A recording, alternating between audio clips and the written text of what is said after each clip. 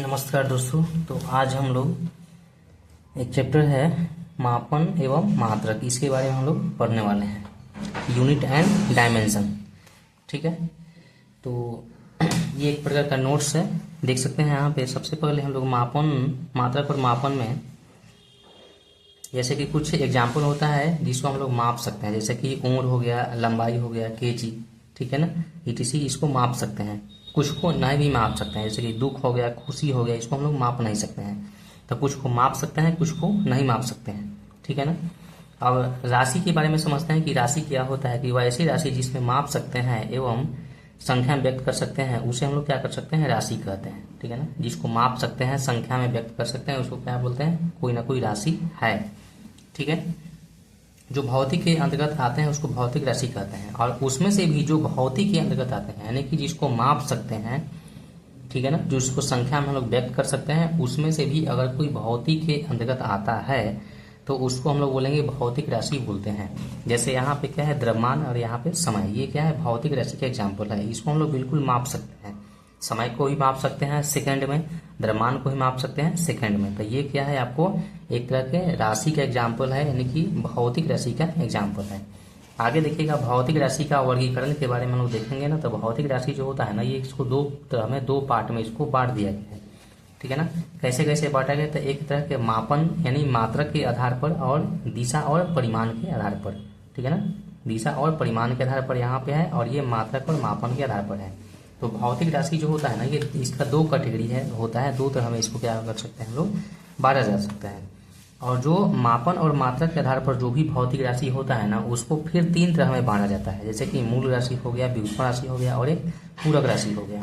यानी कि हम कह सकते हैं कि यहाँ पे जो भौतिक राशि है, भौतिक राशि है, भौतिक राशि जो भौतिक के अंतर्गत आता है, जिसको हम लोग माप सकते हैं, ठीक है ना। इसको हम लोग दो तरह से माप सकते हैं। सबसे पहले किसके आधार पर, तो मात्रक के आधार पर, यानी कि मात्रक के आधार पर या मापन के आधार पर, ठीक है ना, मात्रक के आधार पर या मापन के आधार पर इसको हम लोग माप सकते हैं।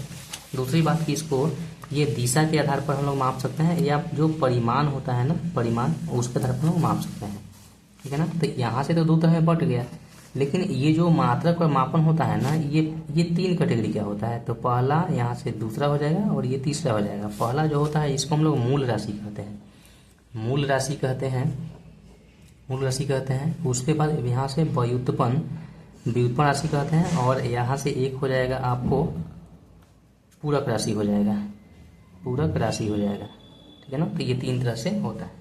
एक एक करके हम लोग देखते हैं कि ये मूल राशि क्या होता है, व्युत्पन्न राशि क्या होता है, पूरक राशि क्या होता है, ठीक है। तो अब देखिएगा, यहाँ पे दिया हुआ है नोट्स में, बिल्कुल यहाँ पे लिखा गया है कि स्वतंत्र वैसे राशि, है ना। ऐसे एक एग्जाम्पल ऐसे ही दिया कि जो सामान खरीदना है तो खुद स्वयं, जैसे कि हम लोग खरीद सकते हैं, स्वयं डिसीजन ले सकते हैं, वो बिल्कुल स्वतंत्र रूप में होता है, ठीक है ना। अर्थात वैसी राशि जो किसी राशि पर निर्भर नहीं रहे, उसको क्या बोलते हैं, स्वतंत्र, स्वतंत्र उसको बोलेंगे, ठीक है ना। जैसे यहाँ पे हो जाएगा समय, हो जाएगा, समय को व्यक्त करने के लिए किसी अन्य चीज़ की आवश्यकता नहीं होता है। बिल्कुल समय को हम लोग, जैसे द्रव्यमान है, ठीक है ना, उसको भी मापने के लिए हम लोग दूसरे किसी का सहायता नहीं लेना पड़ता है। तो ये समय और जो द्रव्यमान होता है बिल्कुल स्वतंत्र रूप में होता है, ठीक है ना।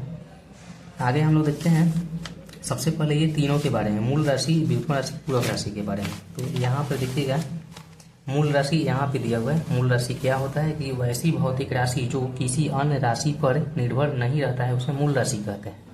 मतलब बिल्कुल स्वतंत्र हो। जैसे हम अभी बताए ना कि अगर कोई सामान खरीदना है तो खुद डिसीजन ले सकता है, खुद से खरीद सकता है, तो उसको हम लोग बोलेंगे मूल राशि कहेंगे, ठीक है ना। वो किसी पर निर्भर नहीं रहता है, ठीक है। और इसकी संख्या कितनी होती है, 7 होती है। यहाँ पे क्वेश्चन पूछा जा सकता है बीपीएससी टीआरई 4 के एग्जाम में कि मूल राशि की संख्या कितना होता है, तो 7 होता है, ठीक है ना। ऑप्शन ऐसे भी दे देगा कि ऑप्शन ए कर देगा 4 होता है, बी कर देगा 7 होता है, सी कर देगा 2 होता है, या 0 होता है, कुछ भी ऑप्शन दे सकता है। तो मूल राशि की संख्या कितना होता है, 7 होता है। बस यहाँ से इम्पोर्टेंट क्वेश्चन यही बनता है। और बाकी सब समझने के लिए कि मूल राशि क्या होता है, तो बिल्कुल स्वतंत्र होता है, किसी पर निर्भर नहीं रहता है, उसको हम लोग मूल राशि कहते हैं। इसकी संख्या 7 होता है, ठीक है ना। तो सबसे पहले तो यहाँ से पहला क्वेश्चन है कि जो स्वतंत्र रूप में बिल्कुल होते हैं, किसी पर निर्भर नहीं रहते हैं, उसको मूल राशि कहते हैं। और इसकी संख्या कितना होती है, 7 होती है। अब इसी 7 से जितने भी राशि बनता है ना, मिल करके अगले राशि को बनाया जाता है। अब ये 7 के बारे में देख लेते हैं। तो लंबाई हो जाएगा, द्रव्यमान हो जाएगा, समय हो जाएगा, ताप हो जाएगा, विद्युत धारा हो जाएगा, ज्योति तीव्रता हो जाएगा और पदार्थ का मात्रा हो जाएगा। सबका मात्रक जो होता है ना अलग अलग होता है। जैसे हम लोग अगर लंबाई की मात्रा की बात करते हैं, ये मूल राशि जो होता है ना, मूल राशि जो होता है ना, ये कितने 7 प्रकार की होती है, ठीक है ना। सबसे पहले अगर हम लंबाई की बात करते हैं तो लंबाई की मात्रा क्या हो जाएगा, तो मीटर हो जाएगा। दूसरा क्या होता है, द्रव्यमान हो जाएगा, द्रव्यमान का मात्रा हो जाएगा किलोग्राम यानी कि केजी हो जाएगा। तीसरा क्या हो जाएगा, आगे पीछे लिख सकते हैं। तीसरा हो जाएगा आपको समय हो जाएगा, समय का मात्रा क्या हो जाएगा, सेकेंड हो जाएगा, ठीक है ना, समय का मात्रा सेकेंड हो जाएगा। बाकी आगे जो बच गया ताप हो जाएगा, तापमान। चौथा नंबर पर क्या है, तापमान है, तो ताप का ऐसा ही मात्रक क्या हो जाएगा, केल्विन हो जाएगा, केल्विन। हालांकि ताप का सीजीएस मात्रक जो होता है ना, सेल्सियस होता है। तापमान का सीजीएस मात्रक सेल्सियस होता है, लेकिन यहाँ पे तापमान का जो एसआई मात्रक की बात आ जाएगा ना, एसआई मात्रक हो जाएगा केल्विन हो जाएगा। तो बहुत ज़्यादा इसमें एग्जाम में गलती होता है कि तापमान का एसआई मात्रक क्या होता है, तो उसी में गलती रहता है। तो तापमान का सीजीएस मात्रक सेल्सियस होता है और तापमान का एसआई मात्रक केल्विन होता है। तो हम यहाँ से मूल राशि की बात करते हैं, तो तापमान का जो एसआई मात्रक हो जाएगा ये केल्विन हो जाएगा। आगे मेरा है विद्युत धारा है, ये विद्युत धारा है, तो विद्युत धारा का मात्रा क्या हो जाएगा, तो एम्पियर हो जाएगा, ठीक है ना, एम्पियर हो जाएगा। विद्युत धारा का ऐसे मात्रा एम्पियर हो जाएगा। बाकी हो जाएगा ज्योति तीव्रता हो जाएगा, ज्योति तीव्रता, ठीक है ना, तीव्रता इसका मात्रक हो जाएगा ये कैंडेला हो जाएगा, कैंडेला ज्योति तीव्रता का मात्रक कैंडेला हो जाएगा। और बाकी लास्ट जो 7वां नंबर पर है पदार्थ का मात्रा, ठीक है ना, यानी कि पदार्थ की मात्रा या पदार्थ का मात्रा इसका हो जाएगा मूल हो जाएगा, ठीक है ना। पदार्थ का मात्रा, पदार्थ का परिमाण, इसका मूल हो जाएगा। तो ये 7 जो होता है ना, बिल्कुल क्या होता है, ये मूल राशि होता है, ठीक है ना। 7 जो होता है ये मूल राशि का एग्जाम्पल होता है। 7 का मात्रक यहाँ पे बता दिए हैं। लंबाई का हो जाएगा, फिर से लंबाई का हो जाएगा मीटर हो जाएगा, द्रव्यमान का केजी हो जाएगा, समय का सेकंड हो जाएगा, ताप का हो जाएगा केल्विन हो जाएगा, विद्युत धारा का एम्पीयर हो जाएगा, ज्योति तीव्रता का कैंडेला हो जाएगा, पदार्थ का मात्रा या पदार्थ का परिमाण ऐसे करके आता है तो उसका मूल हो जाएगा। तो ये होता है मूल राशि। आगे हम देखते हैं व्युत्पन्न राशि क्या होता है। व्युत्पन्न राशि, तो कुछ यहाँ पे एग्जाम्पल दिया गया है कि वैसी राशि जिसको व्यक्त करने के लिए मूल राशि की आवश्यकता होती है। मतलब ये जो मूल राशि है ना, इसी से आगे तोड़ मरोड़ करके या जोड़ करके व्युत्पन्न राशि को बनाया जाता है। यानी कि वैसी राशि जिसको व्यक्त करने के लिए हमको मूल राशि की आवश्यकता होगी, बिना मूल राशि का व्युत्पन्न राशि बन नहीं सकती है।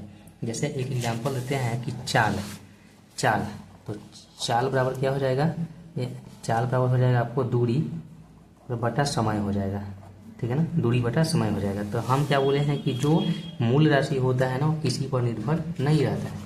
मूल राशि जो होता है किसी पर निर्भर नहीं रहता है। तो दूरी जो है ना, दूरी एक तरह की लंबाई ही तो है, दूरी जो है एक तरह की लंबाई ही तो है। तो लंबाई का मतलब हमने अभी तो बताया कि मीटर होता है। तो ये जो दूरी है या लंबाई है ये तो आपको मूल राशि हो गया। और बाकी जो समय है यहाँ पे इसका मतलब हो जाएगा सेकेंड हो जाएगा। तो कहने का मतलब कि ये दूरी जो है, लंबाई की जो है ये मूल राशि है, समय क्या है, मूल राशि है, इसका मतलब सेकेंड है। और दोनों मिलाए हैं, दूरी बटा समय की है, तभी तो चाल बना है।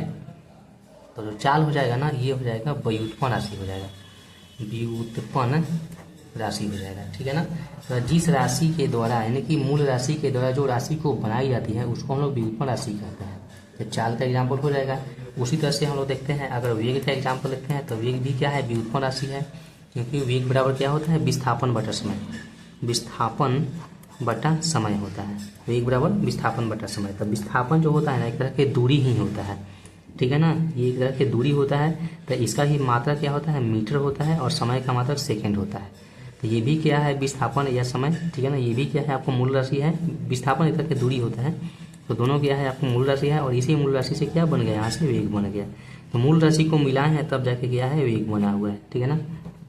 यहाँ पे थोड़ा सा और अच्छा सा डिटेल्स में व्युत्पन्न राशि एग्जाम्पल यहाँ पे बताया जा रहा है कि व्युत्पन्न राशि वैसे भौतिक राशि जो मूल राशि पर निर्भर करता है, अर्थात वैसी राशि को व्यक्त करने के लिए मूल राशि की सहारा लेना पड़ता है। यानी कि मूल राशि जो होता है ना, 7 जो बताए हैं मूल राशि, उसका सहारा लेना पड़ता है। जब तक सहारा नहीं लीजिएगा तब तक क्या होगा, ये व्युत्पन्न राशि बनेगा नहीं, सहारा लेना पड़ता है।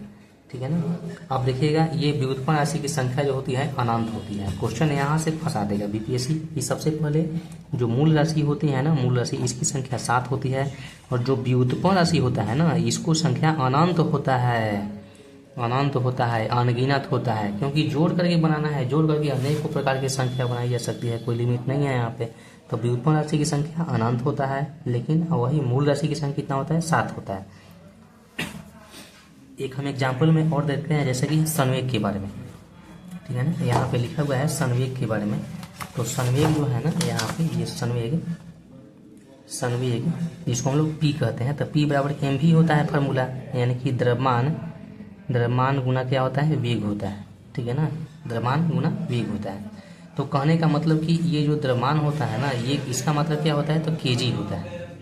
द्रव्यमान का मतलब केजी होता है, और संवेग का मतलब होता है ना, मीटर प्रति सेकेंड होता है, मीटर प्रति सेकेंड होता है। तो फिर तो मीटर यहाँ पे आ गया, ये दूरी को इंडिकेट कर रहा है, और समय सेकेंड को इंडिकेट कर रहा है, द्रव्यमान केजी को इंडिकेट कर रहा है। तो यहाँ पे तीन तीन क्या है ना, मूल राशि मिला हुआ है। एक तो यहाँ पे बना हुआ है, देखिए, संवेग बराबर होता है द्रव्यमान गुना वेग होता है। तो द्रव्यमान के तो मात्र केजी हो जाएगा, केजी, और गुना वेग बराबर क्या होता है ना, यहाँ पे विस्थापन बटा समय, विस्थापन बटा समय। तो फिर विस्थापन का मात्रा हो जाएगा मीटर, और समय का क्या हो जाएगा, यहाँ पे सेकंड हो जाएगा। तो एक सेकंड को मिलाएं, एक मीटर को मिलाएं, एक केजी को मिलाएं, तब तो जाकर संवेग बना हुआ है। तो इसीलिए आपको कहा जा रहा है कि व्युत्पन्न राशि की मात्रक जो होता है ना, व्युत्पन्न राशि की संख्या अनेक होता है, और मूल राशि की संख्या कितना होता है, तो 7 होता है, और उसी 7 से मिला करके व्युत्पन्न राशि को बनाया जाता है, ठीक है ना। तो यहाँ पे एग्जाम्पल है व्युत्पन्न राशि का, यहाँ पे संवेग हो जाएगा, वेग हो जाएगा, चाल हो जाएगा, त्वरण हो जाएगा, आवेग हो जाएगा, ठीक है ना। अनंत तक गया है, मतलब ये व्युत्पन्न राशि हो जाएगा। नेक्स्ट यहाँ नोट, 7 राशि मूल से ही अनंत राशि बनता है। बिल्कुल सही बात है। तो आगे देखते हैं, अगर हम ठीक है, इसके बारे में क्या है, पूरक और संपूरक राशि, पूरक और संपूरक राशि, क्योंकि हमारा तीसरा यहाँ पे था, देख लीजिए यहाँ पे तीसरा क्या था, पहला मूल राशि, दूसरा व्युत्पन्न राशि, और तीसरा क्या था, तो पूरक राशि था, पूरक राशि था। तो आप देखते हैं पूरक राशि के बारे में, तीसरा नंबर का। तो वैसे राशि जो न तो मूल राशि के राशि के अंतर्गत आता है, और न ही व्युत्पन्न राशि के अंतर्गत आता है, उसे पूरक राशि कहते हैं।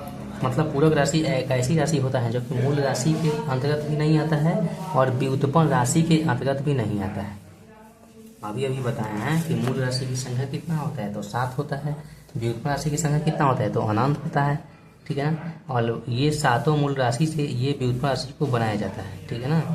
तो ये दोनों तो हो गया, लेकिन पूरक राशि एक ऐसी राशि होता है ना, जो कि इसकी आवश्यकता ही नहीं पड़ता है। व्युत्पन्न राशि का मूल राशि का व्युत्पन्न राशि की आवश्यकता पड़ता ही नहीं, बिल्कुल दोनों से बिल्कुल अलग होता है। वैसी राशि जो न तो मूल राशि के अंतर्गत आता है, और न ही व्युत्पन्न राशि के अंतर्गत आता है, उसको क्या बोलते हैं हम लोग, पूरक राशि कहते हैं। तो ठीक है, पूरक राशि कहते हैं। पूरक राशि जो होता है ना, ये 2 तरह के होता है। एक होता है ये समतल कोण होता है, और एक होता है घन कोण होता है। ये 2 प्रकार के होता है। पूरक राशि 2 प्रकार के होता है, समतल कोण और घन कोण होता है। पूरक राशि 2 प्रकार के होता है, समतल कोण और घन कोण होता है। तो समतल कोण का मतलब जो होता है ना, रेडियन होता है। समतल कोण, इसका मतलब हो जाएगा रेडियन, और इसका जो होता है ना, एस्टे रेडियन, और ठीक है ना। समतल कोण हो जाएगा रेडियन हो जाएगा, और घन कोण क्या होता है, एस्टे रेडियन हो जाता है, ठीक है ना। घन कोण जो होता है ना, इसका एक और नाम है, इसको ठोस कोण भी हम लोग कहते हैं, ठोस कोण भी कहते हैं, ठीक है।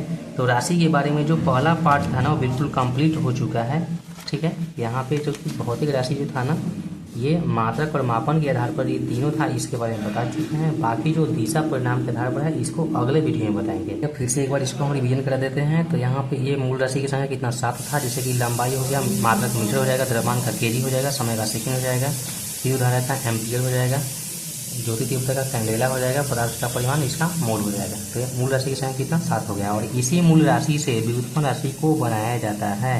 इसकी संख्या अनंत होती है।